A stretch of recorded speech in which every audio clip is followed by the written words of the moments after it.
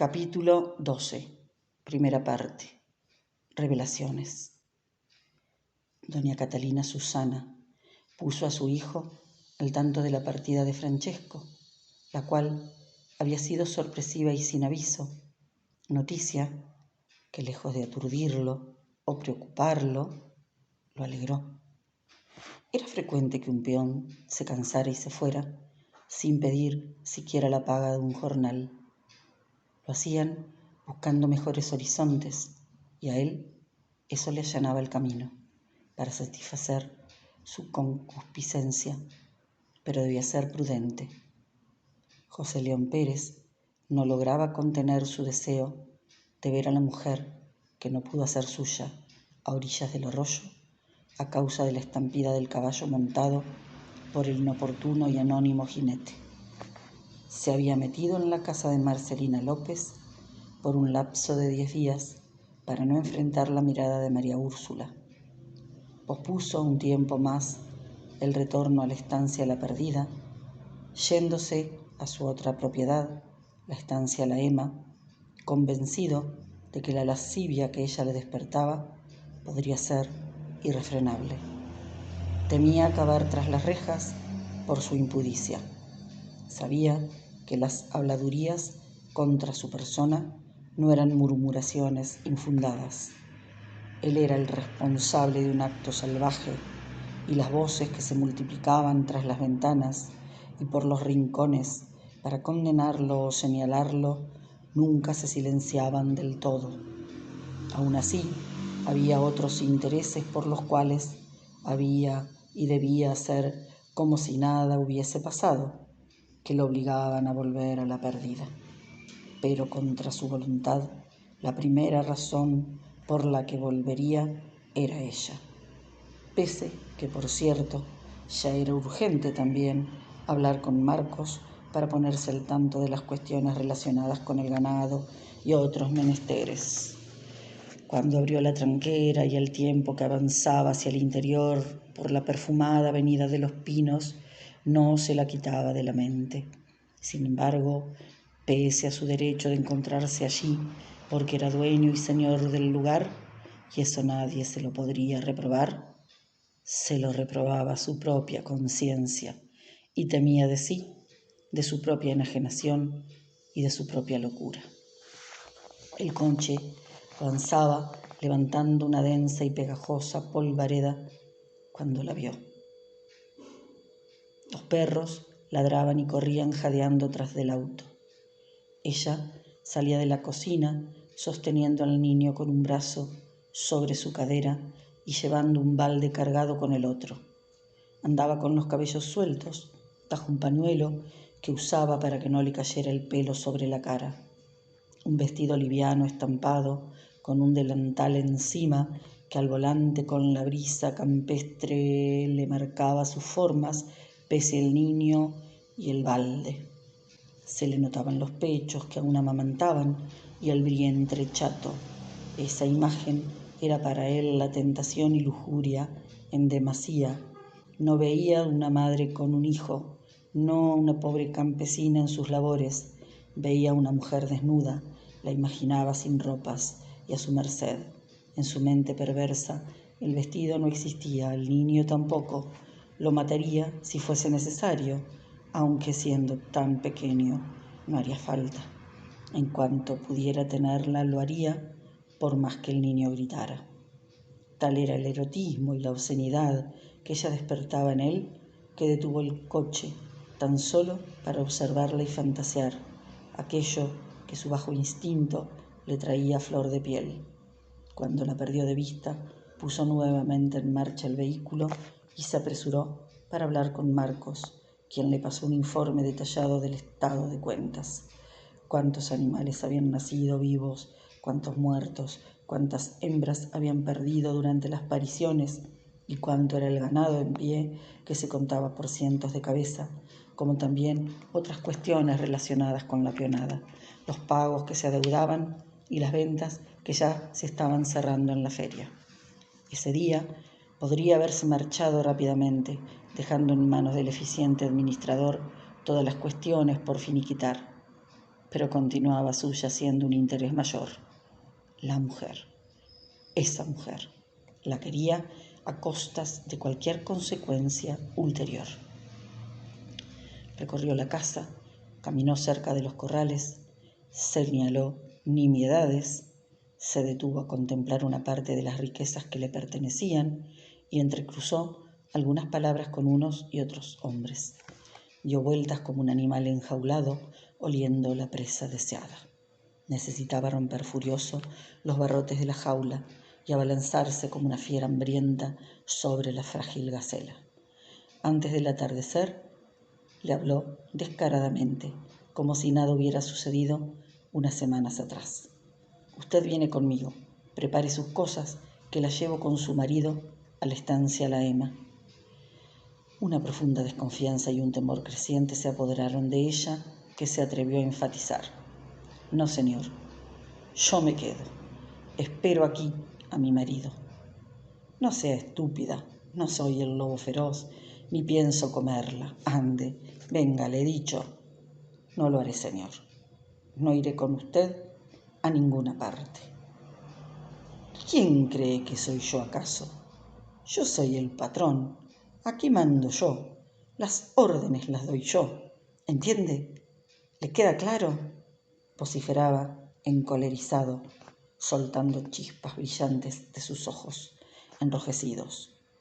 Asqueada y sintiendo náuseas, agachaba la cabeza para no verlo y sentía que la furia y las lágrimas le inundaban los ojos. Aún así, levantó la voz para gritarle y repetirle que nunca iría con él a ninguna parte. No, señor, negó con firmeza.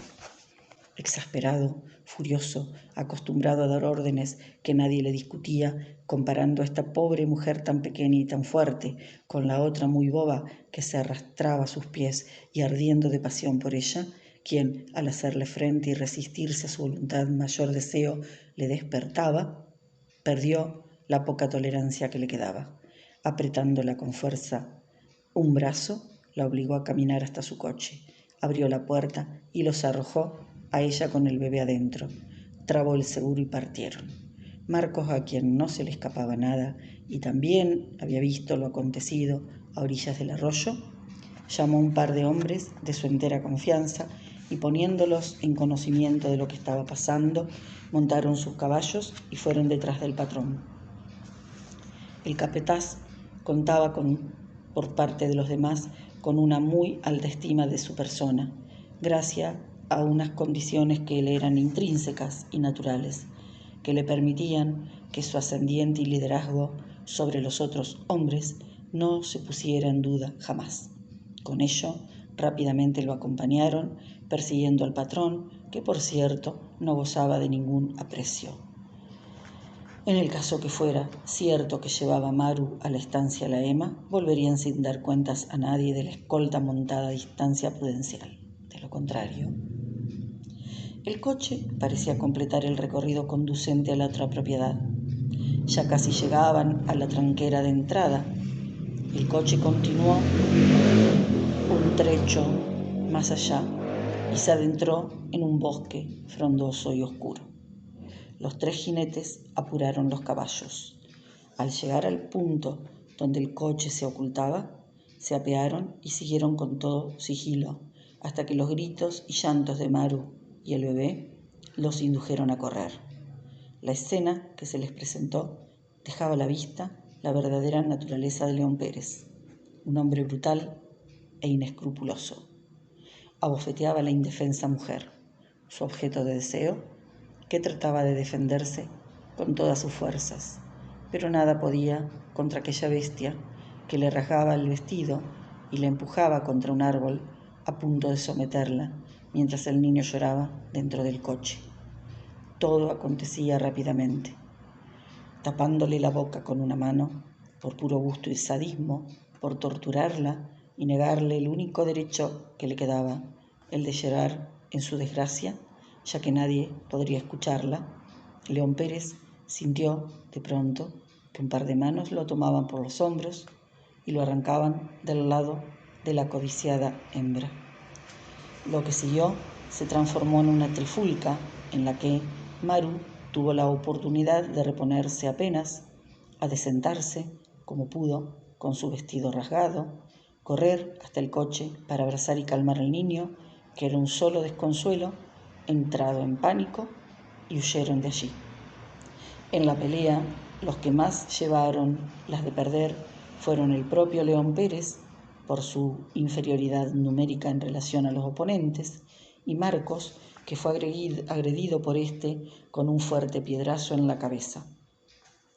Con Marcos manando sangre y yaciendo inconsciente en el suelo, y León Pérez reducido y fuertemente atado de pies y manos con sogas que sacaron del coche, los hombres montaron sus caballos y se internaron en la estancia La Ema para denunciar lo que acababa de ocurrir y pedir ayuda. Los hombres de la estancia en pocos momentos tomaron el control de la situación, secundados por los otros dos, y llevaron al herido y al atacante al casco de la propiedad. Uno de los hombres de la estancia La Ema fue enviado a dar aviso de los hechos a la patrulla policial.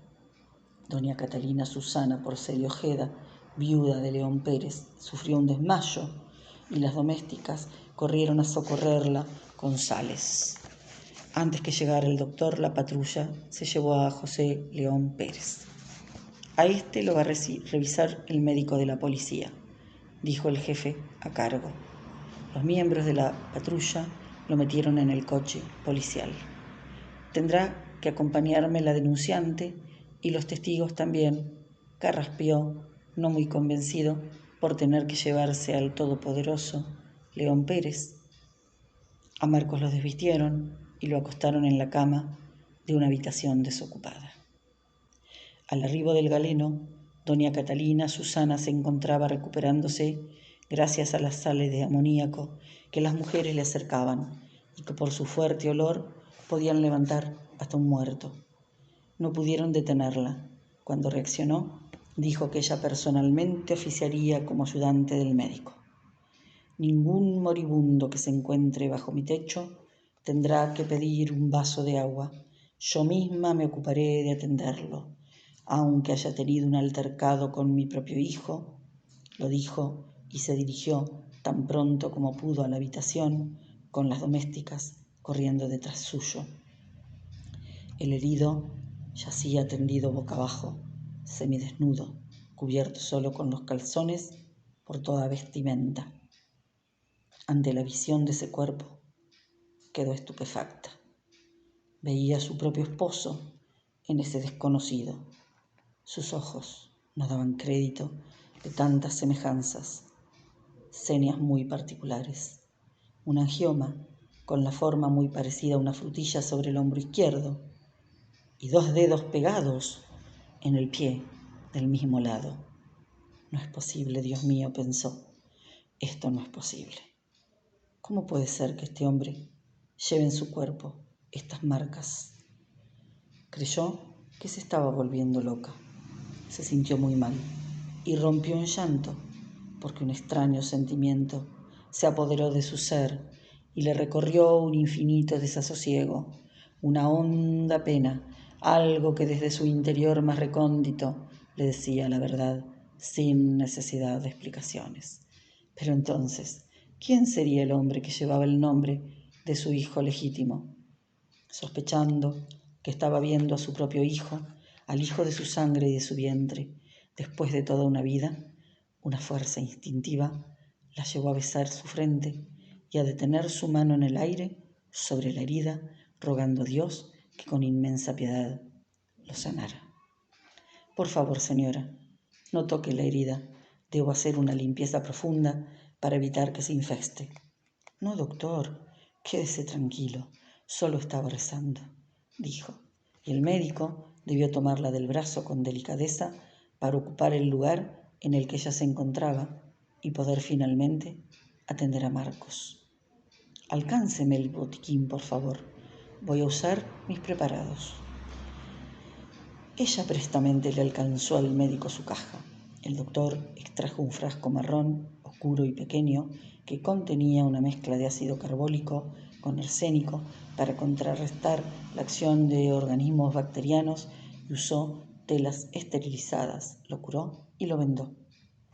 Informó que no era conveniente trasladarlo a ningún sitio en esas condiciones, por lo que solicitó que se le permitiera al herido continuar en esa cama hasta tanto diera señales de mejoría. Dio instrucciones a la señora para su atención, pidió la ayuda de un hombre para poder colocarlo boca arriba y aclaró que el estado de inconsciencia no era buena señal. Si, pasadas las primeras horas, no recuperaba el conocimiento, el cuadro podría empeorar. Volveré a verlo mañana, terminó diciendo y se despidió. Doña Catalina Susana no se movió de la habitación. Las muchachas le llevaron el té con galletas porque decidió que no se retiraría de allí hasta verlo reaccionar. Dentro de su alma comenzaba a desatarse una tormenta terrible. De pronto volvieron a su mente los recuerdos que en lugar de darle calma, ayudaron a que su pesadumbre fuese mayor. Recordó que el bebé que ella alcanzó a ver recién nacido tenía las mismas señas particulares que su esposo y que eso le había significado una profunda alegría. Después estuve al borde de la muerte y no pude amamantar al niño. Cuando lo sostuve en mis brazos me pareció tan pequeño. Parecía un niño de pocos días. Mi hijo ya tenía 40 días, creo.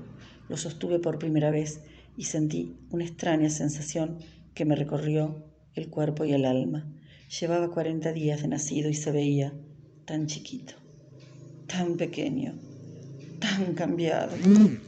No era esa la imagen del bebé recién nacido que yo guardaba en mi memoria. El color de la piel, la carita, pero estaba claro que yo no lo había amamantado y eso era razón más que suficiente para que el bebé no hubiese crecido mucho. Tampoco me lo llevaban por temor a que se contagiara de mi fiebre y de mi mal estado. Para cuando vi sin ropas al chiquito completamente desnudo para darle un baño, el angioma se había borrado. Los deditos de los pies se habían separado. El angioma se había borrado. Los deditos de los pies se habían separado. Micaela, ven pronto. Mi sorpresa no me permitía pensar. Se me acercaron la cocinera y las mucamas y me dijeron: perdón, señora, a Micaela la hemos buscado, pero no pudimos encontrarla. No sabemos dónde se ha metido esa chica. Las cavilaciones que le acometían como llamaradas de recuerdos le amargaban cada instante de ese día. Ella había retenido en su memoria lo que había intentado olvidar. Cuando descubrió en el cuerpo del niño que crió como propio la ausencia del angioma y los deditos no unidos. 1000 veces se había preguntado si había hecho un secreto por develar y se respondía que Dios le había hecho un milagro. Necesitaba convencerse de eso para apaciguar y calmar su espíritu. Las dudas nunca se fueron porque no encontraba en su hijo, el hijo que ella había criado, ningún parecido con su esposo ni con ella misma, ni en lo físico, ni menos aún en el carácter. Incluso, muchas veces se había dicho que ese muchacho no parecía hijo suyo. Tenía que admitir que esos pensamientos pugnaron por salir durante más de 40 años y ella misma los sepultaba. Una vez pensó en hablarlo con su padre, con el padre Cayetano, pero enseguida desechó la idea y de pronto un hombre herido en su casa, tendido inconsciente, estaba allí trayéndole una enorme y dolorosa verdad. Nunca estuvo segura de tener frente a sí a su hijo, y este, que yacía moribundo en su presencia, parecía gritarle: madre. Milagrito, Micaela Paz. Aún era una mujer joven que se había quedado soltera y acompañaba en su vejez al matrimonio que les había dado albergue y amparo. Pocos años atrás, desesperada por la culpa que le carcomía el alma, contó la verdad a doña María, quien la trataba como a una hija, al igual que a Marcos. Estaban tomando mate amargo y comiendo tortas fritas en un atardecer lluvioso, viendo desde los cristales de la ventana de la pequeña cocina cómo se sacudían los árboles y cómo volaban las hojas que se desprendían de aquellos. Cuando lo dijo: debes presentarte en la casa de doña Catalina Susana y revelar la verdad, hija. No puedes quedarte con esa culpa. Además, Marcos tiene derecho de conocer su verdadero origen. No puedes quitarle el derecho de su fortuna y a su herencia. Tu hijo tampoco es culpable de nada. Prométeme que no tiras de este mundo con el secreto. Tengo tanto miedo de decir la verdad, doña Catalina. Susana no podrá perdonarme el mal que le he causado. Eso me entristece, tanto como la culpa, María. Ella me crió bajo su techo cuando mis padres, pobres como las ratas, me entregaron para que yo pudiera tener ropa y comida. Y mire cómo le he pagado. Por Dios, qué dolor siento. Las lágrimas anegaban sus ojos y los secaba con un pequeño pañuelo bordado con diminutas flores blancas. Ningún dolor puede ser mayor al que condena tu conciencia, hija. Debes decir la verdad. La madre y el hijo tienen el derecho de saberlo. Piénsalo, le dijo mientras le cebaba otro mate. Cuando Micaela escuchó la noticia de los altercados que llevaron preso a José León Pérez, su propio hijo, y dejaron inconsciente a Marcos, precisamente en aquella casa, se postró a rezar en su habitación aterrada, pensando que esa era una advertencia de Dios. No podía seguir ocultando su secreto, porque imaginaba las temibles y terribles calamidades que caerían sobre ella. Ha llegado la hora, aseveró María. El día siguiente, Marcos entreabrió los ojos. Doña Catalina Susana estaba ahí, viéndolo. Había descansado apenas 3 horas y con firmeza había vuelto a la habitación del herido. Una fuerza desconocida la llevaba hasta él. El sol que entraba por la ventana le permitió ver el color de sus ojos, que se tornasolaban como los suyos, y una nueva opresión profunda dolió en su cansado pecho. Al pensar y saber a su hijo, José León Pérez, preso, se sintió muy mal. Se había ocupado ya de enviarle un abogado para que lo representara. Lo necesitaría en el caso que el herido muriera.